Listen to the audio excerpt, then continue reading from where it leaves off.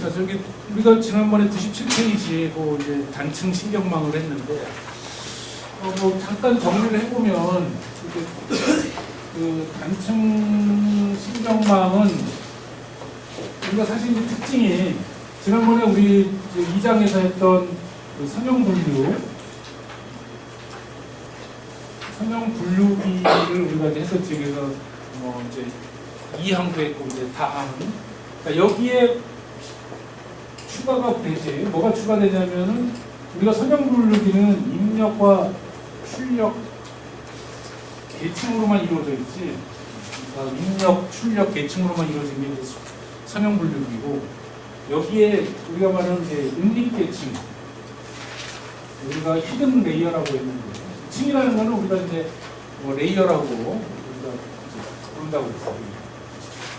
그래서 히든 레이어라고 하는 은립 계층을 넣는다고 했어요. 은립 계층의 역할이 뭐라고 했어요? 은립 계층 역할이 주로 입력의 경우를 확장하는 거예요. 확장. 쉽게 말하면 좀 입력만 갖고 뭔가를 판단하기에는 좀 부족해. 그러니까 데이터를 분류하는데, 그러니까 데이터 분류가 굉장히 복잡하고, 뭐 그런 경우는 사실은 이제 하나의 그 선으로 분류할 수가 없지. 그러니까 예를 들어 우리가 이제 책에서 그 우리가 이제 8페이지, 9페이지를 보면 그 교재 그 8페이지, 9페이지를 보면 우리가 이제 그 데이터의 분포를 보면 우리가 그 8페이지 같은 경우에는 이제 그 데이터의 분포가 하나의 선으로 그 판단이 된단 말이에요. 그래서 F(x1), x2라고 하는 그 하나의 직선으로 감염됐다, 감염이 안 됐다, 이렇게 이제 데이터가 구분이 된단 말이에요. 그런데 우리 9페이지에 보는 것처럼 데이터의 분포가 한 개의 직선으로 구분이 안 되는 경우, 한 개 직선으로 구분이 안 돼. 그래서 우리 그림 1-7에 보는 것처럼 분포가, 감염자의 분포가 이렇게 모양이 이렇게 돼갖고 이걸 직선으로, 하나의 직선으로 나타낼 수가 없지. 그치? 분포가 이렇게 됐습니다. 또는 그 오른쪽의 그림처럼 분포가 아예 막 이렇게 해서 이렇게 구분이 되는 거예요. 이런 경우는 더더군다나 얘는 우리가 직선 두 개를 사용하면 구분이 되겠지만 얘는 두 개 갖고 안 되겠지. 지금 뭐 네 개가 있어. 얘 따로 또 얘 따로 네 개가 있어야 되겠지.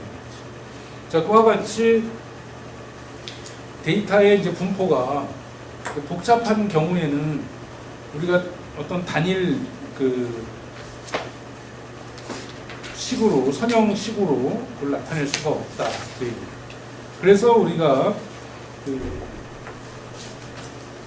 신경망을 사용해서 하게 되면 바로 이 인립계층에 의해서 입력의 경우가 확장이 돼요. 그래서 우리가 주어진 입력만 갖고 여러 개의 선을 만들 수가 있어요. 그치? 그래서 우리가 그 인립계층의 크기는 우리가 뭐야? 노드로 정해지지. 인립계층의 하나는, 한 층은 몇 개의 노드를 갖고 있느냐. 그치? 우리가 그 그림 이제 97페이지에 보면 그 인립계층이 그 x1, x2라는 두 개의 입력을 갖고 그 그림 이제 3-2에 보면 그 인립계층의 그 노드 수가 몇 개? m개잖아. 즉 두 개의 입력 x1, x2를 갖고 다시 출력을 m개를 만들어낸다.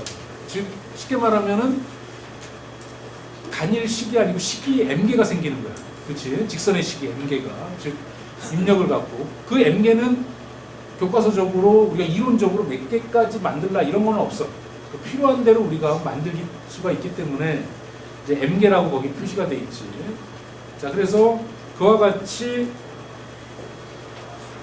두 개의 입력을 갖고 하나의 선형식을 만드는 그 과정을 우리가 하나를 노드라고 해요. 노드. 그치? 그래서 m개의 노드가 있으면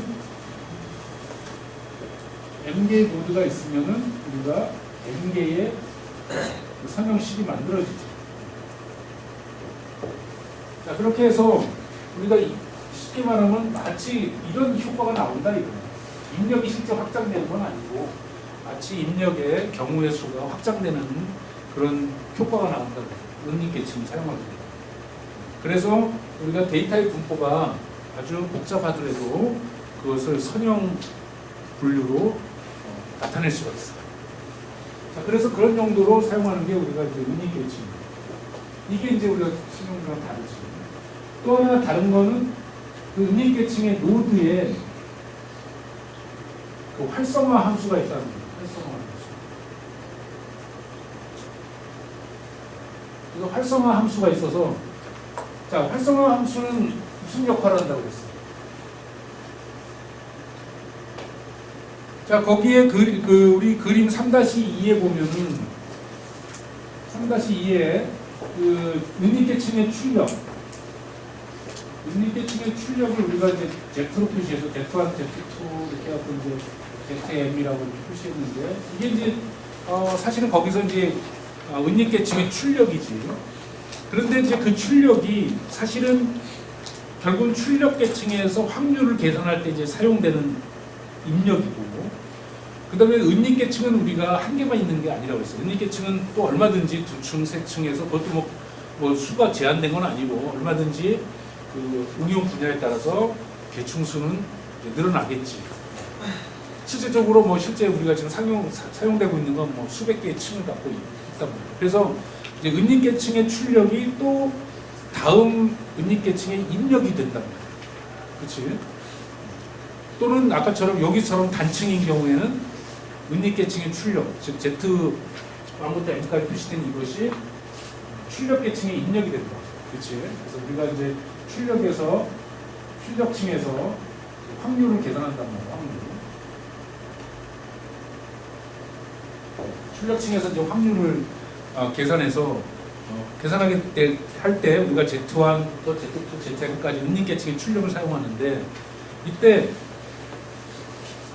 어느 것이 더 중요하고 덜 중요하고 하는 어떤 가중치를 좀 넣어주면은 최종적으로 확률을 계산할 때, 또는 이게 다음 우리가 다층 신경망에서는 이게 또 다른 이제 다음 은닉층의 입력이 되잖아. 그렇지? 다층 신경망에서는 이제 다음에 또 은닉층의 입력이 되고, 지금처럼 그림 3-2처럼 단층인 경우에는 이제 출력 함수 계산할 때 사용이 되는. 자, 그럴 때 이렇게 사용할 때 이 Z1부터 M까지 M개를 다시 또 그대로 사용하게 하는 것보다는 뭔가 좀 가중치를 둬서, 즉 우리가 보면은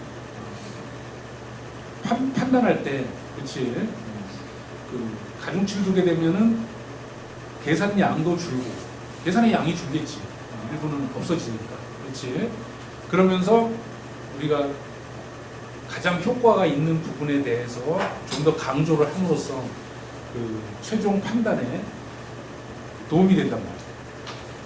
그래서 이 은닉계층의 출력을 만들 때 바로 그 활성화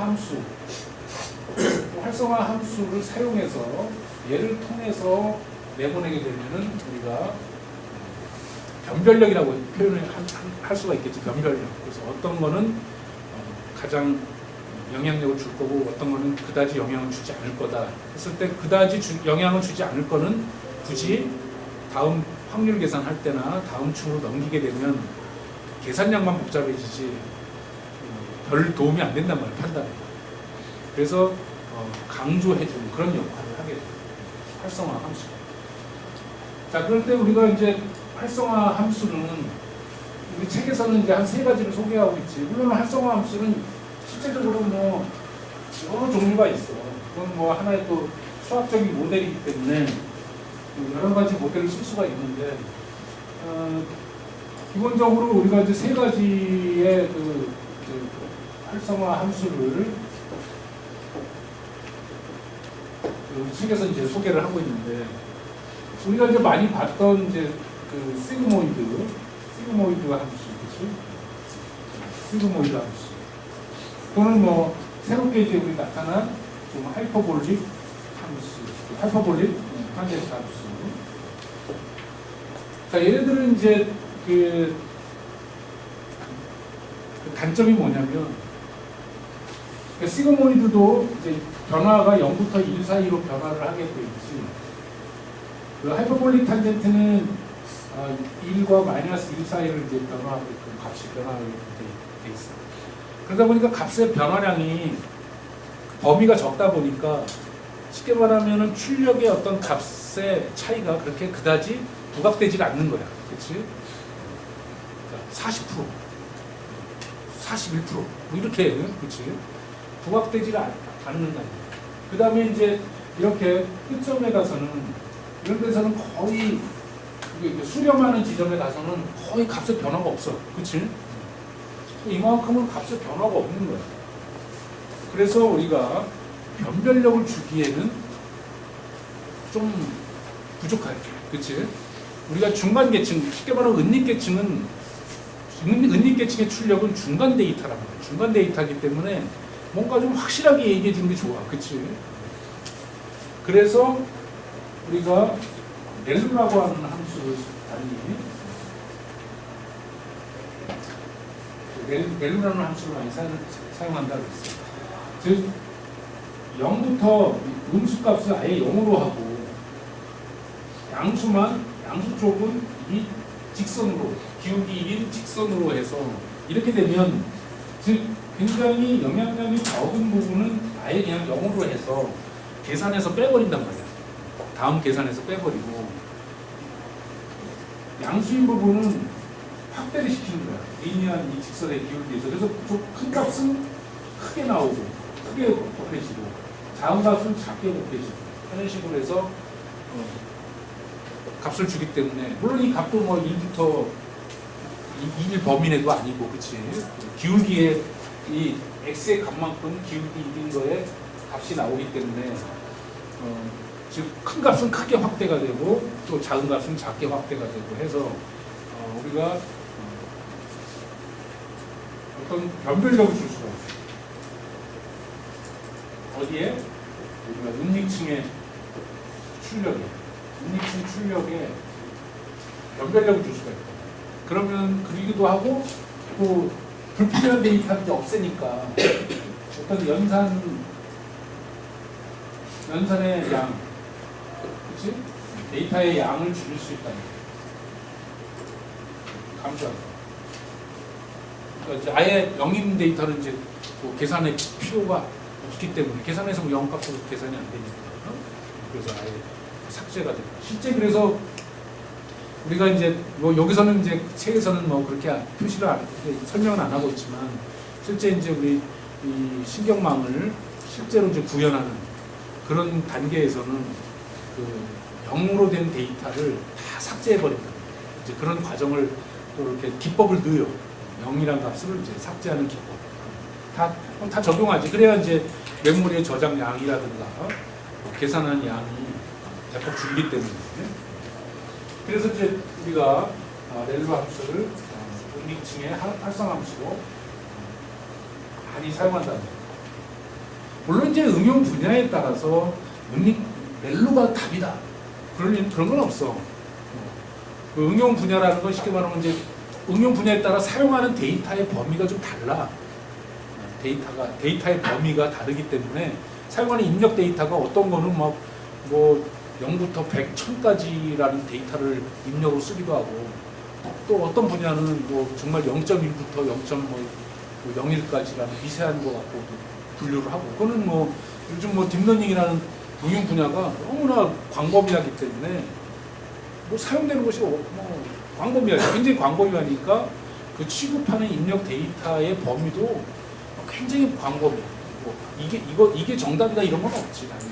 그래서 물론 이제 그런 범위가 작은 부분은 당연히 이런 걸 쓸 수가 있겠지. 그렇지만 이제 어쨌든 그 시그모이드나 하이퍼볼릭 탄젠트는 일단 계산 자체도 복잡해요. 그래서 우리 지난번에 우리 책에도 나온 것처럼 지수함수의 계산을 해야 되기 때문에 그래서 이제 우리가 노드 수가 많은 은닉층은 가능한 렐루로 하게 되어 있습니다. 물론 이제 최종 출력층에서 주로 이제 이거는 마지막에 이제 출력층에서 많이 사용하는데 출력층에서는 이제 우리가 확률로서 이제 결과를 내보내야 되잖아. 확률로 결과를 내보낼 때는 결국은 확률은 0에서부터 2까지의 범위란 말이야.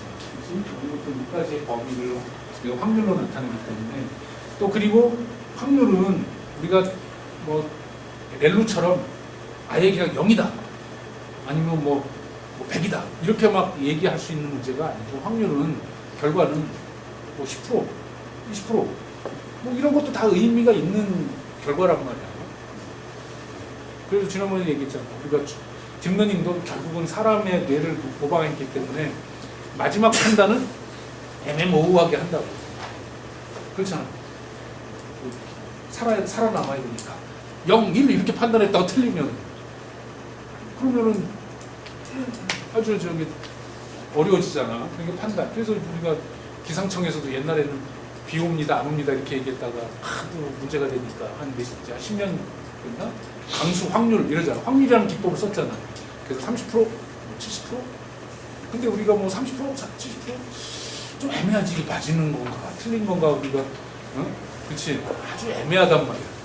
애매하게 만든다고 판단을.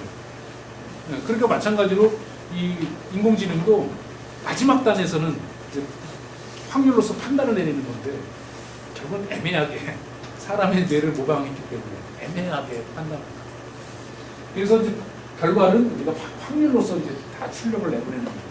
그런 경우에는 이제 우리가 시그모이드나 하이퍼볼릭 탄젠트를 또 많이 써요. 왜냐면 확률의 범위가 0에서 1 사이거든요. 그리고 또 이렇게 완만한 변화가 오히려 확률 판단에 더 잘 맞기 때문에 이제 이거는 출력층에서 같이 사용을 한다. 그래서 우리가 그 99페이지에 활성화 함수.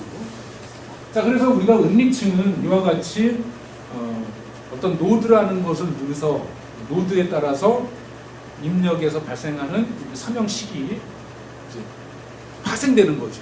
여러 가지 선형식이 만들어지는 거고 동일한 입력을 갖고 웨이트 값, 가중치만 달리해서 여러 개의 선형식을 만들어요. 개수는 우리가 이제 아까 그림 1-7에서 본 것처럼 데이터 분포에 따라서 데이터의 분포도에 따라서 이제 선형식의 개수가 달라지겠지. M이라는 거의 개수. 그리고 그 노드에서는 바로 활성화 함수를 이용해서 데이터의 가중치를 확실하게 준다. 그래서 이제 두 가지가 큰 역할을 하고 있지. 자, 뭐 그런 차이고 이제 그것을 우리가 그 수학적으로 이제 표현을 하는 거는 우리가 98페이지에 식에 나와 있는데 우리가 식 3-1, 3- 이제 쭉 보면은 뭐 우리 이제 선형당 분류해서 본 것처럼 뭐 그거랑 유사해. 유사하고 단지 이제 노드 수만큼 그 식이 확장이 된 거지. 그래서 우리가 거기 보는 것처럼 기본적으로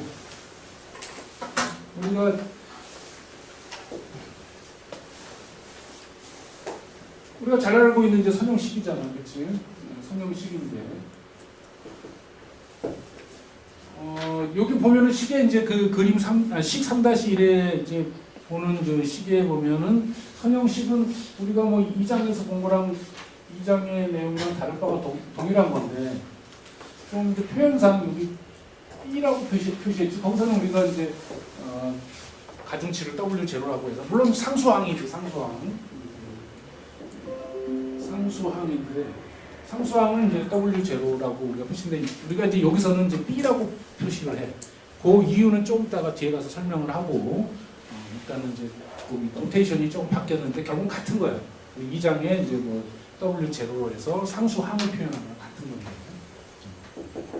좀 달라요. 어쨌든 이와 같은 이제 선형식에 대해서 우리가 이제 활성화 함수로 그 결과를 내는 거. 그래서 이제 결과가 우리가 이제 하나의 은닉층의 출력이 되는 거지. 그런 식으로 해서 같은 입력값에 대해서 가중치만 달리해갖고 식을 갖다가 쭉 파생시키는 거예요. 더 만들어내는 거지. 그럴 때마다 우리가 이제 새로운 은닉층의 출력이 나오겠지. 그래서 ZM까지. 그래서 M개의 은닉층의 출력이 나온다. 그러니까 이 하나하나는 이거의 하나하나는 우리가 2장에서 봤던 선형 이미 요거는 우리가 2장에서 이미 설명된 선형식이기 때문에 이것을 우리가 M개 확장한 거다 이렇게만 생각하면 돼요. 그게 뭐 우리가 이거 이론적으로 크게 뭐가 바뀐 건 없어. 2장에 있는 거를 여러분들 충분히 알고 있다면 M개로 확장된 것밖에 없다. 그치? 자, 그렇게 해서 이제 은닉층의 출력이 이렇게 이제 만들어지지 이제 M개. 자, 우리가 이제 최종적으로는 어떻게 되는 거야?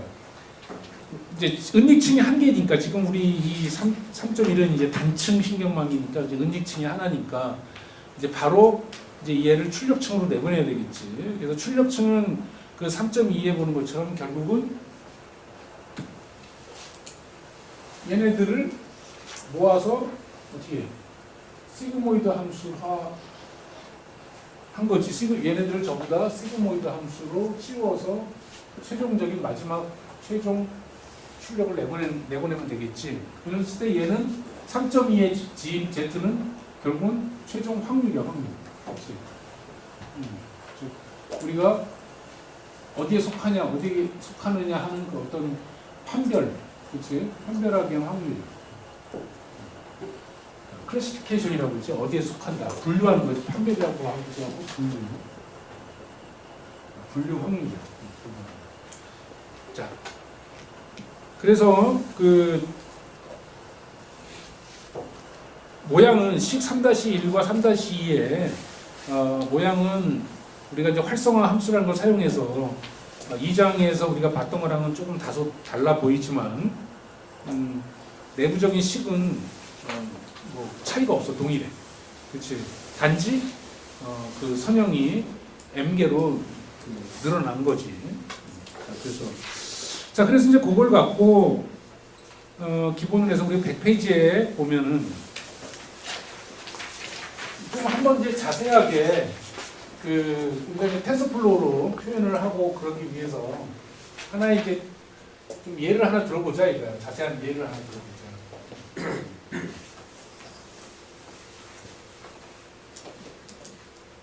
그래서 그 100페이지에 보면 우리가 이제 은닉계층의 역할 뭐 이런 얘기가 나왔지. 100페이지에 은닉계층의 역할.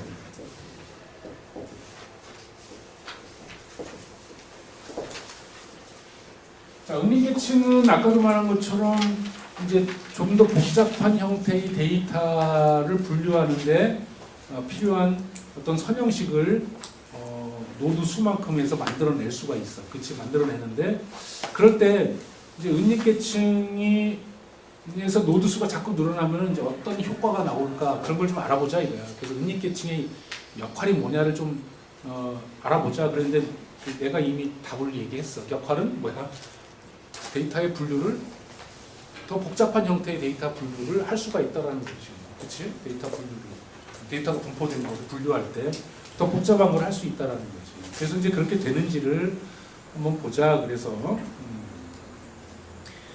우리가 이제 계층이 두 개니까 저희 노드가 두 개야. 지금 이제 은닉층인데 우리가 이제 여기서 예제는 우리 2장에서 봤던 뭐 그 감염 비감염에 대한 예인데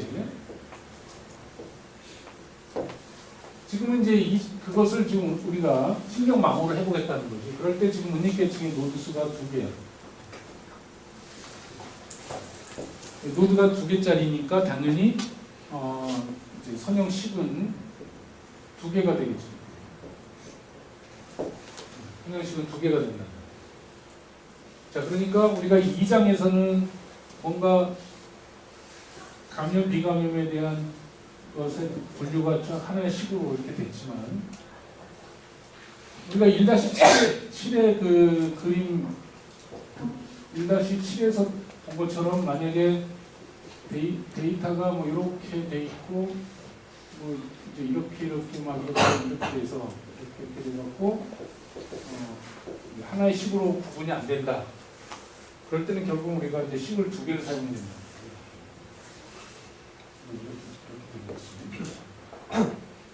식을 2개를 써야 된다. 그러니까 우리가 결국은 그것을 은닉층의 노드를 2개로 늘리면서 이걸 이제 해결할 수 있다 그 얘기야.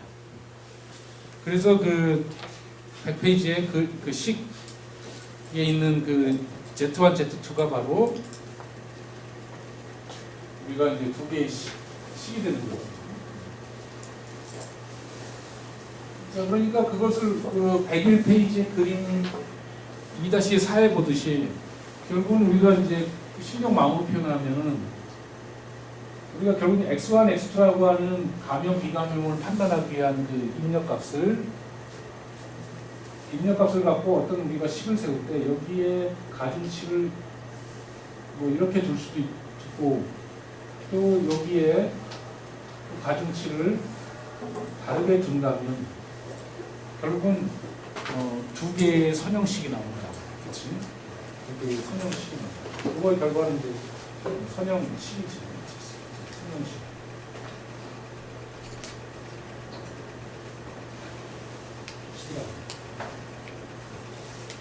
서로 다른 이제 선형식이 되겠지. 그 식의 결과에다가 우리가 뭘 더 씌우는 거야. 활성화 함수를 더 씌우는데 우리가 여기서는 지금 하이퍼볼릭 탄젠트를 씌웠어.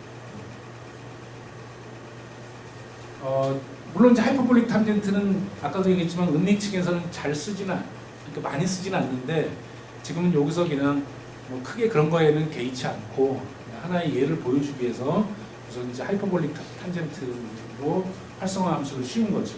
그래서 우리가 그 Z1, Z2의 식을 보면은 결국은 그 선형식의 하이퍼볼릭 탄젠트로 함수화되지. 그래서 이제 그 나온 결과가 Z1, Z2라고 하는 2개의 선형식이 됩니다. 활성화 함수에 의해서 출력되는 2개의 선형식이 됩니다. 그래서 그 그림에 의하면 이제 결국은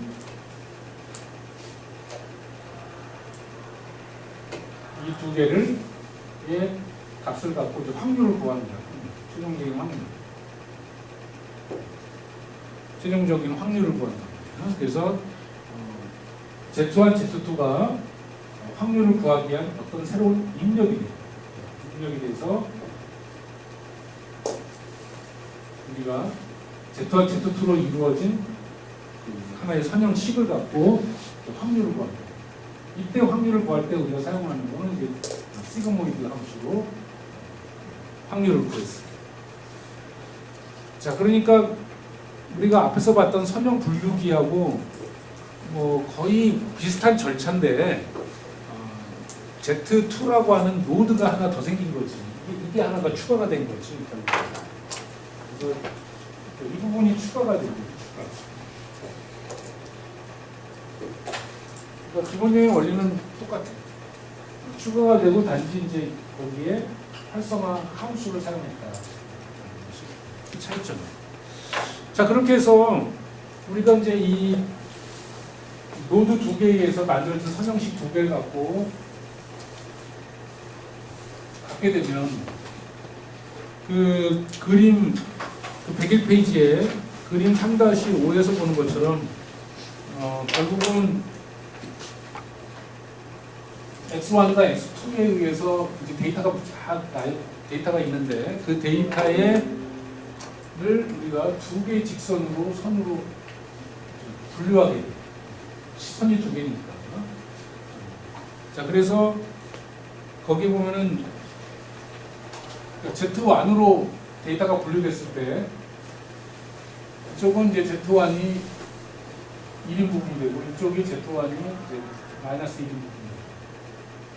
Z2로 나누게 되면 이 윗부분을 우리가 Z2를 1이라고 그러고 밑에는 Z2를 마이너스 1이라고 하죠. 자, 그렇게 되면은 선이 4개가 2개에 의해서 나눠지기 때문에 결국은 영역은 분류는 4개가 되겠죠. 그래서 이쪽에 속하는 부분 여기, 또 여기, 여기 4개의 영역이 됩니다. 분류. 자, 그랬을 때 그 102페이지 맨 위에 표를 보면 그 4개의 영역에 그 값, Z1, Z2의 값을 보면 첫 번째 영역은 Z1도 1이고 Z2도 1이야. 그러니까 여기는 확실히 감염된 거야. 모든 데이터 Z1, Z2의 값이 다 양수이기 때문에 확실히 감염된 거야. 근데 Z2는 2번 영역은 Z1은 마이너스 1이고 Z2는 1이겠지. 여기는 이제 1이겠지. 그러니까 좀 애매해. 그러니까 두 개의 X1, 그러니까 Z1과 Z2가 다 1이면 감염이 된 건데 여기는 하나는 마이너스 1이고 하나는 1이야. 그러니까 그게 어떤 사람은 감염될 수도 있고 어떤 거는 감염이 안 될 수도 있고 애매한 거. 4번은 Z2는 마이너스 1이고 Z1은 또 1이야. 그러니까 이 부분도 판단하기가 애매해. 그치? 감염이 될 수도 있고 안 될 수도 있고. 근데 이쪽 3번 영역은 둘 다 마이너스 1이지. 둘 다 마이너스, Z2도 마이너스 1이니까. 이거는 확실히 감염이 비감염이야. 그치? 자, 그러니까 이제 우리가 그러니까 영역이 4개로 나눠져 보니까 여기는 확실히 감염, 비감염, 애매한 부분. 이렇게 이제 4개 영역이 구분이 돼. 그러니까 쉽게 말하면 우리가 이제 신경망을 자꾸 늘리면은 그 영역이 많이 구분된다는 거야. 더 자세하게 구분이 된다는 거야. 영역 자체가. 자세하게 구분된다는 거지. 그래서 우리가 이제 1장에서 선형 분류 때 그냥 감염됐다, 비감염됐다라고 결과를 내보내는 것보다는 이와 같이 영역을 더 많이 구분하면 구분할수록 최종적으로 확률을 계산할 때 더 높은 확률을 나타낼 수가 있어요. 정확도가 높아지는 거죠. 자, 그래서 우리가 이 이제 두 개의 직선에 의해서 4개의 이제 선이 만들어지는데 이제 그게 과연 이제 우리가 여기서 책에서 얘기하는 대로 그 결과를 보여주는지 그거 알기 위해서는 우리가 이제 텐서플로우로 우리가 이제 시뮬레이션을 해봐야 되겠지. 시뮬레이션을 해보기 위해서. 그래서 이제 그 102페이지부터 이제 우리가 텐서플로우의 코드가 좀 설명이 되고 있어요. 뭐 많은 부분은 우리가 앞에서 이미 그 선형 분류로 우리가 많이 봐왔던 코드이기 때문에 많은 부분은 여러분들이 이제 충분히 이해가 되는데 이제 이게 신경망으로 하면서 이제 좀 추가된 부분이 있겠지. 그래서 그 102페이지에 셀 1을 보면 뭐 어쨌든 얘는 이제 임포트 과정을 거치는데 그 중에 뭐 이제 4번 줄 같은 경우면 4번 줄을 보면은 그 랜덤 난수값을 발생하는 거지. 난수값을 발생하는데 그 값을 어디다 쓰겠다는 거야. 그 멀티베리에이트 노멀, 그러니까 다변수 그 정규 분포 함수라든가 또는 퍼뮤테이션 뭐 섞는 거 있잖아. 나중에 뭐 인덱스 섞는 거 거기에 난수로서 쓰겠다 하고 이제 선언이 된 거. 그리고서는 좀 이제 뭐 나머지 다가 뭐 그다음에 판다스 뭐 이제 우리가 데이터시트 사용해야 되니까 판다스 선언한 건 맞고 이제 그 밑에 8번하고 9번 줄을 보면 그 랜덤을 이제 우리가 하기 위해서 이제 처음에 이제 초기값 시드가 필요하잖아. 그래서 시드를 이제 값을 선언을 하는데, 하나는 8번 같은 경우는 넘파이의 랜덤 함수고 9번은 텐서플로우의 랜덤 함수란 말이야. 우리가 그 지난번 그 중간고사 때도 그 이제 그 채점하면서 여러분들한테 답안지에서 설명을 했는데, 지금 이제 우리가 텐서플로우 사용하면서 주의할 점을 얘기하는 거예요. 주의할 점이 뭐냐면, 텐서플로우가 텐서플로우 라이브러리뿐만 아니라 그 파이썬의 넘파이를 지금 라이브러리로 같이 사용을 하고 있어. 근데 이제 뭐가 중요하냐면 그 넘파이 라이브러리나 텐서 라이브러리가 기능은 같아. 그러니까 예를 들어 지금 우리가 지난 중간고사 풀이할 때 어레이와 텐서를 구분해라 그랬는데, 사실 텐서 자체도 기능은 어레이 기능이야. 그치? 뭐 2차원, 3차원 그 어레이 기능인데, 뭐냐면은 표현이 달라. 일단은 데이터의 형식이 다르고, 그러다 보니까 그 호환성이 없어. 호환이 안 돼. 그래서 그 파이썬으로 선언된 넘파이의 표현을 써야 되는 곳과 텐서로 된 것을 써야 되는 곳이 달라. 그러니까 이제 기능이 같으니까 여러분들이 살짝 어떤 면에서는 이제 속을 수가 있어. 기능이 같으니까 이거 써도 되고 저거 써도 되나 이렇게 되는데, 아직은 현재로는 그 호환성이 없어요. 물론 이제 일부는 있어. 넘파이는 텐서를 일부 알아들어. 넘파이. 근데 텐서는 이쪽 넘파이 쪽 형식을 못 알아듣는다. 어레이. 그런 거나 마찬가지로 지금 여기 1번 셀에 8번, 9번도 똑같아. 기능은 같아. 그냥 랜덤 함수를 만드는 거야. 그 시드 값을 이용해서. 그건 똑같은데, 이제 다른 거는 8번은 넘파이에 맞는 랜덤 값으로 나오는 거고, 9번은 랜덤 값이 텐서에 맞는 형식으로 나온다는 거죠. 그래서 이제 두 개를 쓴 거야. 그래서 그 103페이지에 위에서 네 번째, 다섯 번째 줄을 보면 이제 그런 설명을 하고 있지. 그래서 일부는 넘파이가 제공하는 난수 기능을 사용하지만, 우리가 어떤 신경망의 파라메타를 초기화할 때 텐서플로우의 난수 기능을 사용한다 그랬는데, 즉 그 파라메타가 텐서 형태로 돼 있다라는 거지. 선언이 돼 있는 모양이. 그치? 그러니까 그때는 텐서에서 발생하는 난수로 집어넣어야 되는 거지. 자, 뭐 그거는 우리가 이제 아직 우리가 텐서플로우를 사용하면서의 이제 주의할 점을 이제 얘기하는 거야. 뭐 언젠가는 좀 지나면 뭐 합쳐지겠지 뭐. 그러니까 다 이제 호환이 되겠지. 지금 현재는 뭐 불편한 거. 근데 언제는 그렇게 되겠지만 지금은 아직까지는 떨어진다. 그래서 이번에 그 이제 두 번째 레포트가 나가겠지. 목요일 아니면 하여튼 나가면은 이제 그 중간고사에서 두 번째 중간고사에서 이제 당연히 이제 반영이 되겠어. 사용을 해야 되겠는데, 지금 얘기하는 건 그거예요. 여러분들이 혹시 지금 중간고사일 때도 채점할 때도 그랬지만, 파이썬을 지금 수업을 듣고 파이썬을 많이 아는 사람일수록 더 틀려. 왜냐면은 풀이를 파이썬으로 한다는 거야. 파이썬으로 풀이를 하고 레포트도 그런 식으로 낸 거야. 그러니까 언뜻 보면 되긴 돼. 결과가 나오잖아. 배열이 나오고 다 나오잖아. 나오는데 그 결과가 텐서가 아니야. 그리고 어떤 경우 그렇잖아. 그래서 그 이번에 두 번째 레포트 할 때는 그 파이썬을 배웠다는 그걸 활용하려고 하지 말고 이 책에 있는 코드를 그대로 반영하는. 그러니까 오히려 파이썬을 제대로 잘 모르는 사람은 무조건 책에 있는 이 코드만 갖고 아마 레포트도 하고 풀었을 거야. 그렇지? 그러니까 그 사람들은 몰라. 내가 누가 누군지 모르겠지만 내가 추측컨대 그 사람들이 답이 더 정답일 수도 있어. 그러니까. 그래서 내가 이번 강의할 때 파이썬이 그다지 미리 알았다고 좋을 거 이렇게 중요하지 않다 그랬어. 왜냐면 파이썬을 모르고도 이 수업을 들을 수 있게끔 진행한다 그랬어. 그렇기 때문에 이 책의 코드대로 여러분들이 레포트도 하고 중간고사 두 번째도 그렇게 풀어야 돼. 파이썬을 자꾸 구사하려고 하지 말아요. 그럼 이게 왜냐면은 본인이 모르는 호환성 내지 책에서는 표현, 텐서 표현이 안 되기 때문에.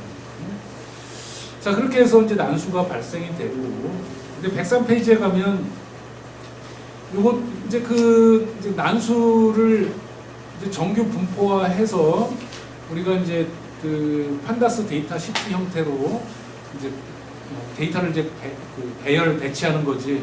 자, 거기서 많은 부분은 여러분들이 그 선형 다항기에서 봤어. 그래서 대부분 다 이해를 하는데, 즉 그 2번 셀에 2번, 3번, 4번 다 그 우리 이제 앞에서 했던 거야. 그치? 이제 난수를 받아갖고 다변수 정규분포를 통해서, 즉 앞에 평균값, 분산값을 이용해서 주어진 개수의 데이터를 생성하는 거야. 난수 데이터를. 그치?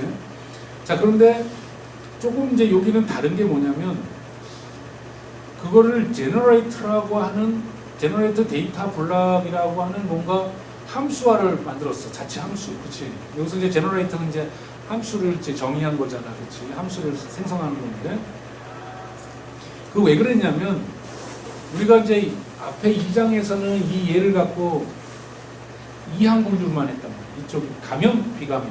그래서 데이터가 감염 데이터, 비감염 데이터 두 개만 있으면 됐단 말이야. 근데 지금은 뭐냐면 데이터가 4개가 필요해. 왜? 영역이 4개니까. 그래서 확실하게 감염된 데이터, 확실하게 감염이 안 된 데이터, 그 다음에 어중간하게 감염일 수도 있다라는 그런, 그치? 이쪽은 이제 이 양쪽은 하나는 1이고 하나는 마이너스 1이니까 감염된 것 같기도 하고 안 한 것 같기도 하고, 그치? 그런 데이터들이란 말이야. 그래서 데이터셋이 지금 4개가 필요해. 영역별로 거기에 맞는 데이터셋이 필요해. 그래서 지금 보면은 그 7번, 8번, 9번, 10번에 보면은 DF 0, 1, 2, 3가 즉 그 트레이닝 데이터셋을 4개를 따로따로 만든 거예요. 그러다 보니까 이제 우리가 똑같은 걸 사용하니까 제너레이트 데이터 블록이라고 하는 함수화해서 이제 갖다 불러다 쓴 거지, 그치? 그래서 이제 평균하고 분산값, 데이터 개수만 이제 다르게 하고, 그 다음에 이제 네 번째 파라미터를 보면, 네 번째 파라미터가 뭐야? 즉 t 값이잖아. 그 뭐야? 우리가 이제 그 판별한 결과, 정답이지, 정답을 알려줘야 된다고 했잖아. 그랬을 때 여기서는 이제 7번, 8번, 9번에 들어가 거기 보면 전부 다 t 값이 0이야. 세 개는 t 값이 0이라는 얘기는 즉 요 1, 2, 3, 요 세 개의 영역은 다 여기는 비감염이다. 그러니까 t가 여기다. 그렇게 이제 알려주는 거야. 그러니까 애매모호한 거는 비감염이다. 이렇게 이제 우리가 그렇게 정의를 한 거지. 알려주고, 여기만 감염이다. 여기만 이제 여기다. 이렇게. 그래서 이제 그 4개의 영역 중에 3개는 t를 0으로 해서 비감염이라고 표시하고, 하나는 1로 표시해서 감염이라고 표시한 거지. 그러니까 단지 우리가 2장에서 했던 선형 분류의 데이터 트레이닝 셋 데이터 발생을 4개를 하는데 우리가 이제 함수를 이용했다, 그 차이야. 나머지는 문제 없지. 그리고 나서 이제 우리가 13, 14에서는 걔를 뭐 이제 판다스 이제 데이터 시트에다가 딱 나열해서 집어넣겠다. 넣는데 데이터 4개의 데이터셋을 섞어야 되겠지. 우리가 이제 영역별로 따로 트레이닝 시키면은 트레이닝 효과가 떨어진단 말이야. 막 섞어서 해야 트레이닝 그 효과가 좋기 때문에, 그래서 이제 퍼뮤테이션을 통해서 섞는다. 그건 뭐 여러분들 잘 아는 거예요. 그래갖고 그 113페이지 맨 밑에 이제 3번 셀에서 잘 알다시피 걔를 텐서로 바꾸기 위해서 매트릭스라는 에즈 매트릭스라는 걸로 데이터시트에서 옮겨온 거지. 텐서로 바꾼 거지. 자, 그렇게 해서 이제 104페이지에 가보면, 그러니까 지금은 이제 학습 데이터를 만든 거야. 뭐 거기에 중점적인 거는 데이터 영역이 4개이기 때문에 데이터셋을 4개로 만들어서 영역별로 따로따로 이제 데이터셋을 만들고. 자, 그렇게 해서 이제 우리가 최종적으로 이제 그 트레이닝 데이터를 갖고 이제 트레이닝을 해야 돼. 트레이닝을 해서 이제 확률을 계산을 해야 된단 말이야. 그러면 이제 우리가 어떻게 되겠어? 뭘 구해? 그러면 이제 가장 적합한 우리 Z 10개, M개의 그 다항식의 가중치가 이제 정해지겠지. 그치? 가중치가. 최적의 가중치가. 그렇잖아. 우리가 학습을 시키는 거는 결국 그 선형식의 가중치를 구하는 거잖아. 그러니까 지금 이제 트레이닝 시키면 어떻게 되겠어? 우리 지금 그 여기서 이제 2개의 선형식의 가중치가 결정되겠지. 자, 어쨌든 그 과정은 이제 우리 그 104페이지 13.9에 보는 것처럼 자, 3.9 식은 뭐야? 그 Z가 결국은 이제 은닉층의 출력 Z1, Z2의 벡터 표현이지. 그러니까 Z1, Z2, 그치? 그렇게 해서 그 3.11에 그 은닉층의 출력 Z를 이용해서 그것을 시그모이드로 덮어 씌우면은 이제 최종적으로 확률이 나옵니다. 그래서 출력 확률에 대한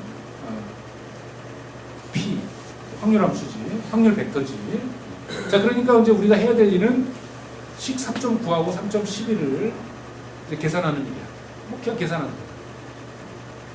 자, 그거는 이제 105페이지에 셀 4번인데, 자, 그러니까 이제 사실은 이제 핵심 엔진은 이 4번이지. 앞에 이제 3까지는 트레이닝 세트 준비한 과정이고, 그렇지.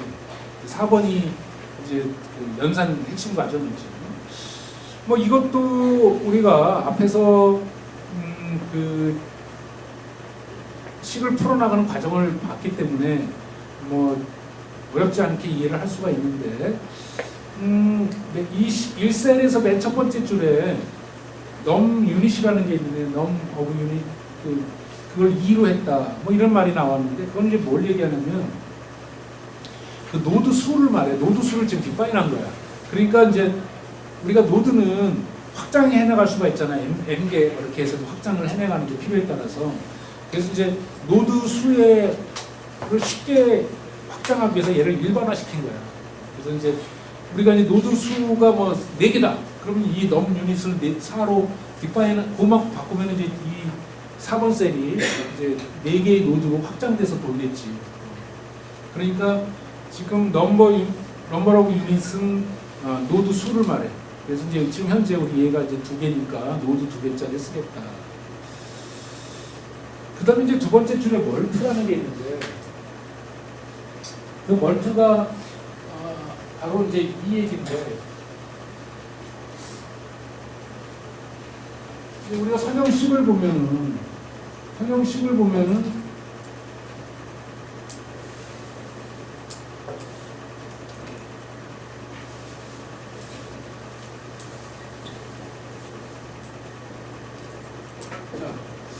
아까도 얘기를 했었는데, 우리가 앞에서는 얘를 이제 W0로 해서 표시하는 어떤 상수항이잖아. 상수항인데, 자, 여기서는 이제 W0 대신에 B라고 표시했는데, 뭐, 같은 값인데 이제 표현을 좀 달리 한 거야. 우리가 이제 상수항에서는, 그러니까 저 선형, 뭐, 다항분류, 이항분류에서는 그런 문제가 없는데, 우리가 신경망에서는 이 상수항이 우리가 최종적으로 이 확률 값을 계산하고, 특히 이제 우리가 최소화값, 최소화값의 최소값의 오차값을 갖다 최소화하고 하는데 수렴시키는데 얘가 영향을 미쳐요. 그래서 이 값을 우리가 바이어스라고 해요. 바이어스. 그래서 약자가 빕니다. 바이어스 값이라고. 일종의 상수항의 초기값이라고 보면 돼요. 그치? 그래서 예를 들어 이런 거예요. 우리가 선형, 직선이 있잖아요. 직선이 있는데 이 직선이 상수값이 어디냐에 따라서 어디서 출발하는 게 달라지. 뭐 우리가 기울기는 똑같아도, 그치, 상수항이 다르면 접선되는 곳이 다르잖아. 이렇게 달라지잖아. 이동하면서 달라지잖아. 그러니까 달라진다고. 기울기는 같아도 상수항이 어느 거냐에 따라서 다르지. 그치? 출발점이 다르다 보니까. 직선의 출발점이 다르잖아. 그래서 이와 같이 이 상수항이 우리가 이 시기 트레이닝의 값이 수렴하고 하는데 영향을 미쳐요. 그래서 우리가 지난번에 2장 때에 그런 게 있었어. 시험에서도 봤지만 런닝 레이트라고 하는 학습률이 있었어요. 엡실론으로 표시한 런닝 레이트. 런닝 레이트가 결국은 우리가 이제 수렴하는 속도를 조절하잖아요. 그렇지? 그래서 이제 그 발산 또는 이제 하게 되는데, 그러니까 생각보다 우리가 이 식이 복잡해지면 그 최소값을 찾는 게 그렇게 잘 되지 않아요. 의외로 우리가 학습을 시키면은 이제 딥러닝에 학습을 시키다 보면 의외로 발산이 되는 경우가 많아요. 최소값을 못 찾고 이제 하는 거지. 못 찾고 이제 발산하는 거예요. 그래서 우리가 학습률 런닝 레이트를 잘 조절해야 된다. 근데 이것도 이제 우리가 사실은 이론적으로 얼마를 해나 그런 건 없고 대부분 다 경험적인 경험치지. 경험치에 의해서 그 응용되는 데이터의 종류에 따라 달라진다는 거예요. 마찬가지로 이 상수항도 그냥 경험치야. 쟤를 얼마로 두느냐에 따라 결국은 직선의 출발이 다르기 때문에 그에 따라서 우리가 이 신경망의 윤리계층의 성능이 달라진다. 그래서 이번에 멀트는 뭐냐면 거기에 보면 8번하고 마지막에 12번에 보면 그 멀트 값을 얻다가 B에다가 곱했지. 응? 그렇잖아. 그 바이어스 값에다가 이 멀트를 곱했다는 거예요. 이게 뭐냐면 바로 바이어스 값을 조절하겠다는 거예요. 마치 우리가 학습률을 얼마로 둬야 되느냐, 학습률을 이제 조절하잖아, 네가 그렇지. 그래서 바이어스 값을 이제 조절하기 위해서 거기다가 바이어스가 멀티를 곱한 거지. 자, 그럴 때 이제 그 값을 뭘로 할 거냐? 그것도 뭐 딱 정해진 건 없어. 그냥 뭐 여러 가지 방법 중에 이제 뭐 제시되는 뭐 여러 가지 방법이 있는데 그 방법 중에 이제 하나를 선택해서 사용하면 되겠어. 그럴 때 이제 우리 여기에서는 무슨 방법을 썼냐면 우리가 아까 이제 준비한 난수돼 있어 학습 그 트레이닝 세트가 준비됐잖아 앞에. 그게 이제 트레인 X라는 곳에 있잖아. 그것을 플래튼 시켰어. 우리가 플래튼이라는 건 뭐냐면 그 텐서를 1차원으로 피겠다는 거야. 그러니까 뭐 텐서 우리가 쉐입의 랭크를 1로 만들겠다는 거지. 1차원 배열로 만들겠다. 그게 플래튼이라는 거지. 그러니까 2차원, 3차원 배열도 플래튼 시키면 1차원 배열이 되겠지. 1차원 텐서가. 거기에 값을 어떻게 평균, 민을 내겠다. 그러니까 따지고 보면 무슨 얘기냐면 우리가 아까 선택한 난수 중에 이제 우리가 정규분포로 이제 선택했잖아. 그 선택한 트레이닝 세트의 총 평균값을 구하겠다는 거예요. 평균값. 그 평균값을 바이어스 조절값으로 쓰겠다. 바이어스를 조절하는 거예요. 근데 그것도 바이어스를 조절하는 방법 중에 하나야. 그러니까 뭘로 해야 된다고 딱 정해놓은 건 없습니다. 일종의 이제 경험치지, 경험치. 자, 이제 그런 게 이제 차이고, 나머지는 뭐, 우리 이제 3.9나 3.11을 그대로 이제 묘사를 해서, 결국은 이제 최종 결과는 12번 줄에 P, 즉, 확률이지, 이제 확률값, 최종 출력 계층의 확률값, 그게 되겠지. 자, 그렇게 해서 걔를 우리가 플롯을 시켜보겠다는 거야. 그랬더니 109페이지에 보는 것은 3-6에 보는 것처럼 그 확률을 이제 출력된 그 확률값, 그러니까 트레이닝 세트에 대해서 트레이닝 세트에서 이제 난수에서 발생된 트레이닝 데이터 셋이 있잖아. 그 셋에다가 각각의 이제 출력 확률값을 구해본 거지. 그걸 이제 그래픽으로 표현한 게 이제 그 3-6 아니야. 그래서 플로트를 해봤더니 가장 이제 감염이 우리가 이제 아까 본 것처럼 우리는 인력력이 감염된 거잖아, 확실하게. 여기 이렇게 까맣게 표시하고 나머지는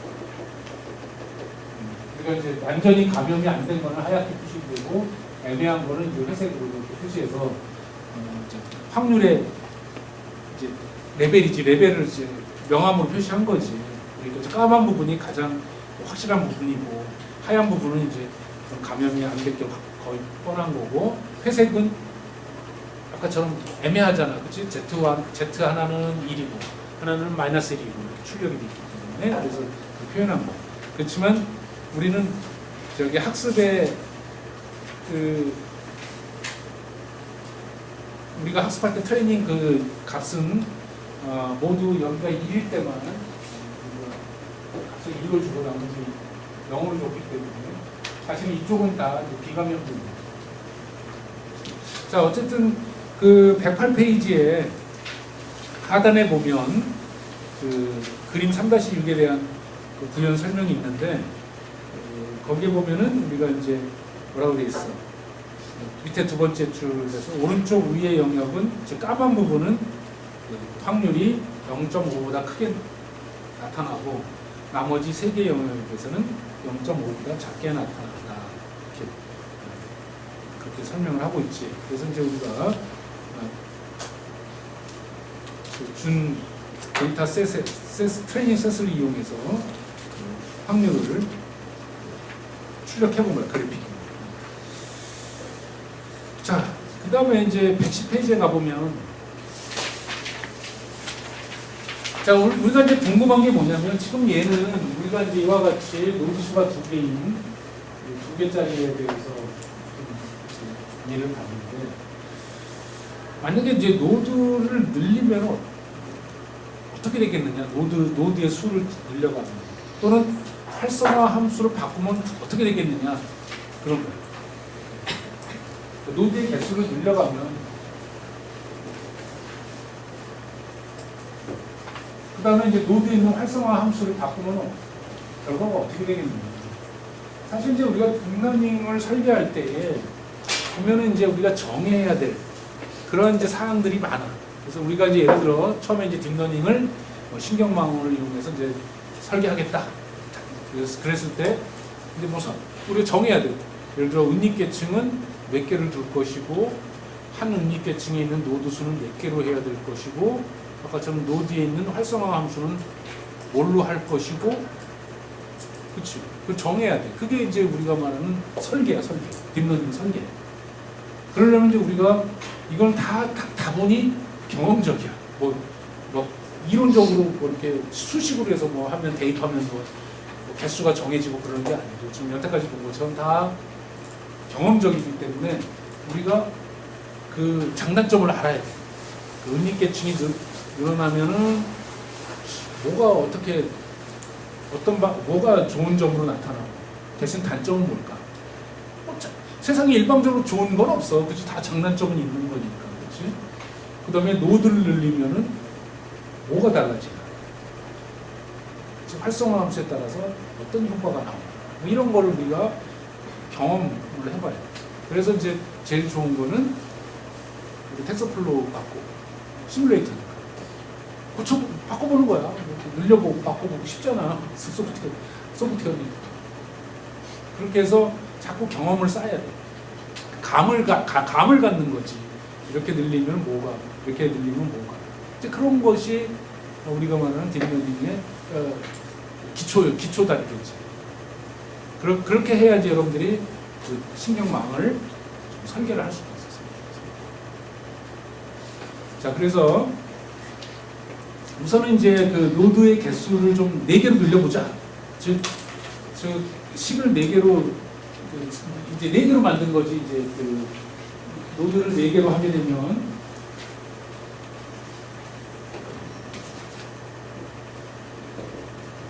얘기를 하겠다 이거야. 근데 선형식이 이제 4개가 되는 거지.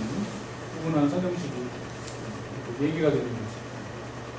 그러니까 우리가 보면은 이렇게도 나누고 이렇게도 나누고 아까처럼 이렇게도 이런 식으로 나눴겠지. 선이 4개니까. 자, 그랬을 때 우리가 110페이지에서 보는 것처럼 첫 번째 아까 우리가 4번 셀에 보면은 우리 이제 그 계산하는 식에 넘버러브 유닛, 즉 노드 수를 4로 해줘야 되겠지. 그것만 해주면은 돼. 4번 셀. 우리 아까처럼 4번 셀은 그 은닉층의 출력을 구하고 확률을 구하는 그 식은 우리가 지금 제너럴하게 짜기 위해서 지금 그 노드 수를 디파인 하게끔 해놨다고 그랬잖아. 그치? 그러니까 이제 그 노드 수만 4로 바꾸면 되고, 만약에 활성화 함수를 바꾸겠다면 이제 112페이지에 보는 것처럼, 112페이지에 맨 위에 보는 것처럼, 그 8번 줄에 히든완이 뭐냐면은 그 히든완이 그 출력층의 그 은닉층의 출력 Z를 말해. 그치? Z. 그 Z를 갖다가 우리가 지금 코드에서 히든완이라고 했거든요. 이게 이제 은닉층의 출력 Z를 말하는 거지.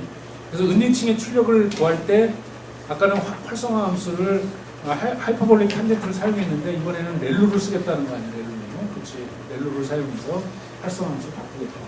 자, 그래서 그 노드의 수나 활성화 함수를 우리가 아까 그 4번 셀에서 쉽게 바꿀 수가 있어. 그렇게 해서 한번 그 값의 변화에 따라서 그 확률에 나오는 출력이 어떻게 달라지나 한번 관찰해봐라. 그랬더니 111페이지에 이제 그림 3-7에 보는 것처럼 확률을 다시 이제 플롯으로 플로팅 해봤더니 어떻게 돼 있어?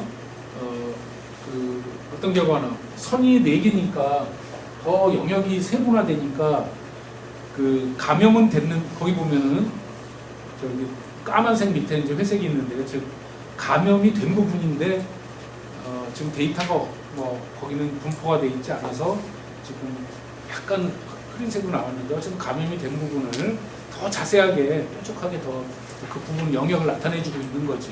그러니까 결론은 그거야. 당연히 상식적인 거지. 영역을 세분화했으니까 당연히 더 세밀하게 구분을 하겠지.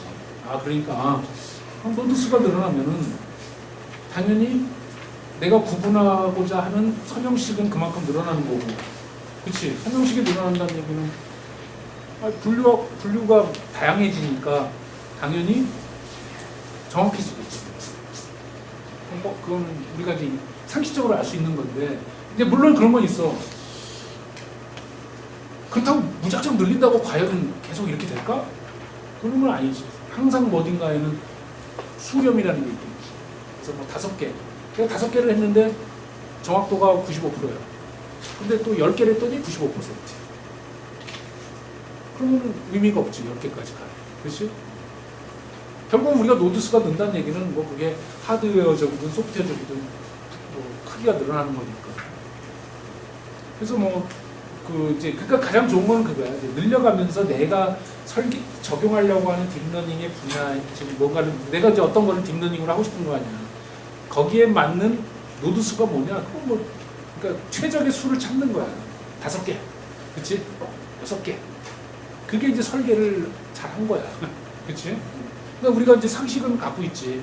노드 수를 늘리면은 당연히 구분하는 영역은 세밀화되니까, 선의 개수가 늘어나니까 그만큼 정확해지겠지. 그건 아닌 거지. 그 다음에 이제 그 112페이지에 이제 우리가 렐루로 활성화 함수를 바꿨을 때는 어떻게 됐어? 애매모호한 부분이 다 없어졌지. 색깔이. 그래서 회색이 없어. 우리가 렐루는 애매모호한 건 없애버린 거 아니야, 그치? 0보다 작은 값은 다 0으로 해버리고 확실한 부분에 대해서만 우리가 강조를 하고 있기 때문에 결국은 지금 그 그림 112페이지 그림에서 보는 것처럼 애매모호한 영역은 다 흑 아니면 100으로 표시가 되잖아요.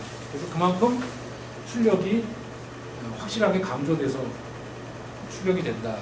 우리가 알 수가 있어요. 물론 이제 이것도 아까 얘기한 것처럼 영역 적용하는 그 분야에 따라 달라. 그러니까 아까처럼 적용해서 사용하는 데이터의 범위가 정말 0부터 1 사이에 그 미묘한 데이터면은 얘 갖고만 하면 큰일 나지.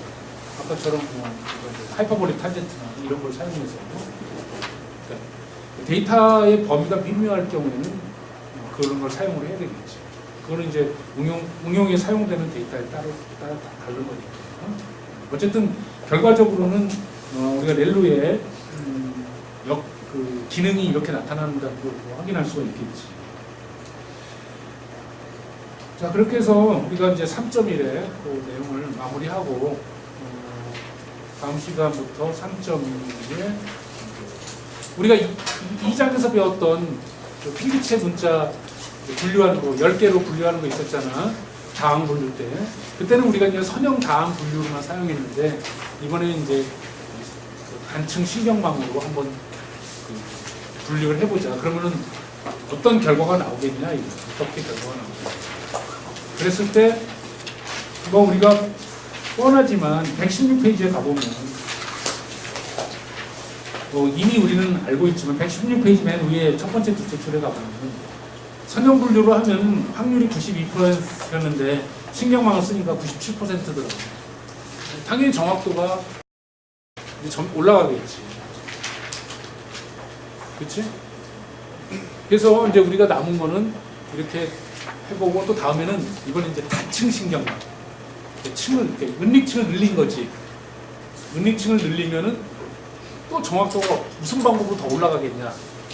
그 다음에 마지막에는 뭐야? 보자는 것은 컨볼루션 뉴럴넷이라고 해서 합성 신경망이라는 걸. 그게 이제 우리 딥러닝의 이제 최종망이지. 최종망 중에 하나인데 가장 널리 사용하는 합성 신경망. 그걸로 해서 점차 같은 예를 갖고 자꾸 이 딥러닝의 심도를 높여 가보는 거야. 가보면서 한번 비교해봐라, 이거 비교해봐라. 결론은 뻔하지 뭐. 정확도는 점점 좋아지겠지. 그래서 이걸로 마무리하겠습니다.